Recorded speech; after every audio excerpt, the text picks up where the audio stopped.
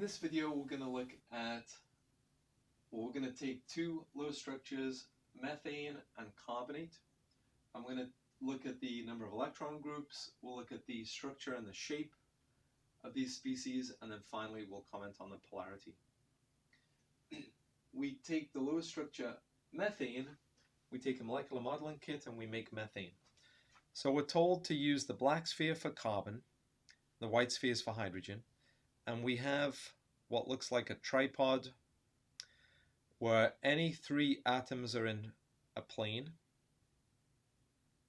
It's hard to show. Any three atoms are in a plane, like here, but only 3 of the 5 atoms are ever in the same plane. I look at how many electron groups I have around the central atom. I clearly have 4 clusters of electrons. 4 electron groups tells me the structure is tetrahedral.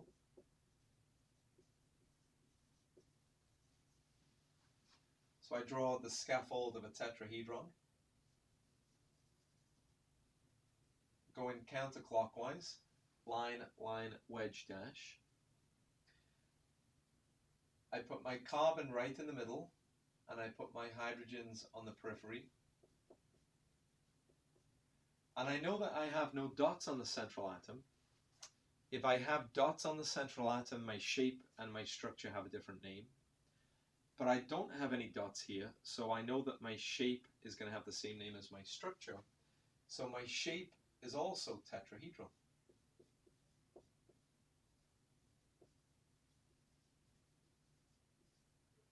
My structure has a bond angle of 109.5 degrees.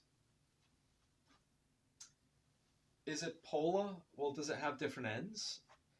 Well, the carbon is trapped, surrounded by these hydrogen, and it looks like no matter what I do, it's always going to be sat on hydrogens. So no matter how I interact with this molecule, it's going to be sat on hydrogens.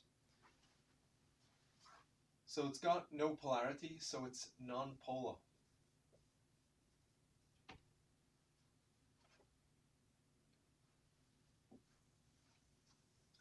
Let's move on now to carbonate.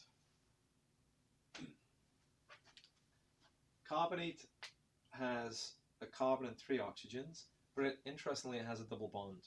So when you make your molecular molecules, your molecular models, you typically have a flexible bond for the double bond. And so here in this kit we have springs that are used for the double bond. So notice in this carbonate molecule we don't represent the negative charge. We know it would be on these 2 oxygens here. Notice that everything is in a plane. So the molecular kits typically guide you to the actual shape, but notice all atoms are in a plane. So this would be like a, yeah, almost like a Mercedes-Benz symbol. Okay. I look at electron groups. I have a double bond here, a single bond here, a single bond here. That's 3 electron groups. I'm not interested in the dots on the non-central atom. I'm only interested in the environment around the center. 3 is always trigonal planar.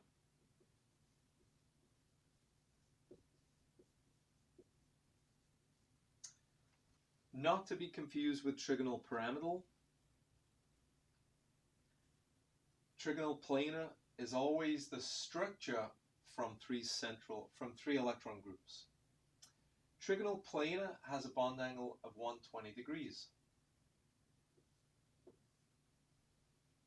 So the bond angle for each of these is 120 degrees. Just like if you took a circle and divided it by 3, each piece would be 120. The whole circle would sum to 360. I don't have any dots on my central atom. Whenever I don't have any dots, the shape and the structure always have the same name. So I know that my shape is also trigonal planar. I'm putting my shape in parentheses. My structure has no parentheses. So let's have a look. Trigonal planar just looks like this. It's two-dimensional. I've got my carbon in the middle, my 3 oxygens. Doesn't matter if I have the double bond up or not. I can put the lone pair in if I like. A lot of people leave them out just because they make the structure look cluttered. Is it polar? Well, I can't really get access to the carbon because it's surrounded by oxygen. But that oxygen is the same as that oxygen is the same as that oxygen. Well, this has a double bond, but remember there's resonance, so really it doesn't. At any one time, I could put the double bond on any of the other oxygens. This is only one of 3 resonance structures. So there's no polarity, this is non-polar.